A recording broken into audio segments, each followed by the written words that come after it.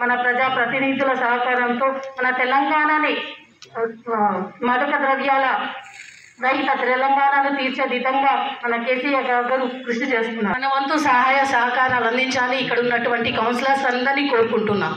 ఎందుకంటే మన యువత బంగారు భవిష్యత్తును నాశనం చేసుకుంటూ మాదక ద్రవ్యాల అలవాటును చేసుకోవడం చాలా నీచమైన పని. ఎందుకంటే ఈరోజు మనం అనుకుంటాం ఈరోజు పిల్లలు రేపటి పౌరులు. ప్రత్యేక ధన్యవాదాలు డిఎస్పీ సార్ గారికి తెలియజేస్తున్నాను.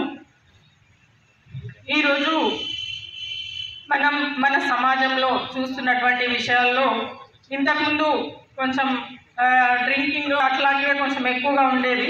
కానీ నేటి సమాజంలో అది ఫ్యాషన్గానో ఏదో అలవాటుగా చేసుకొని డ్రగ్స్కి చాలామంది యూత్ అడిక్ట్ అవుతున్నారు. విషయం పైన మన గౌరవ ముఖ్యమంత్రి కేసీఆర్ గారు మన పంజాబ్ అని చెప్పేసి అంటే అక్కడ యూత్ ఎంతవరకు బానిసలు అయిపోయారు అన్నది మనకు అర్థమవుతుంది.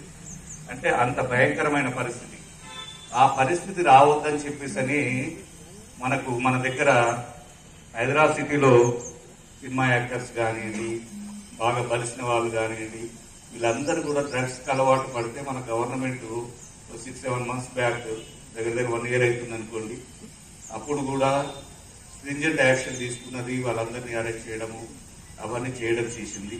రీసెంట్ గా టోనీ అనేసి అసలు సూత్రధార ఎవరున్నారో అతను కూడా కస్టడీలో తీసుకున్నది, ఎవరెవరి ద్వారా ఏమేమి జరుగుతున్నాయో అవన్నీ కూడా తీసుకున్నది. అయితే ఈ స్టేట్ కూడా ఆ స్టేట్ల మాదిరిగా మారవద్దు,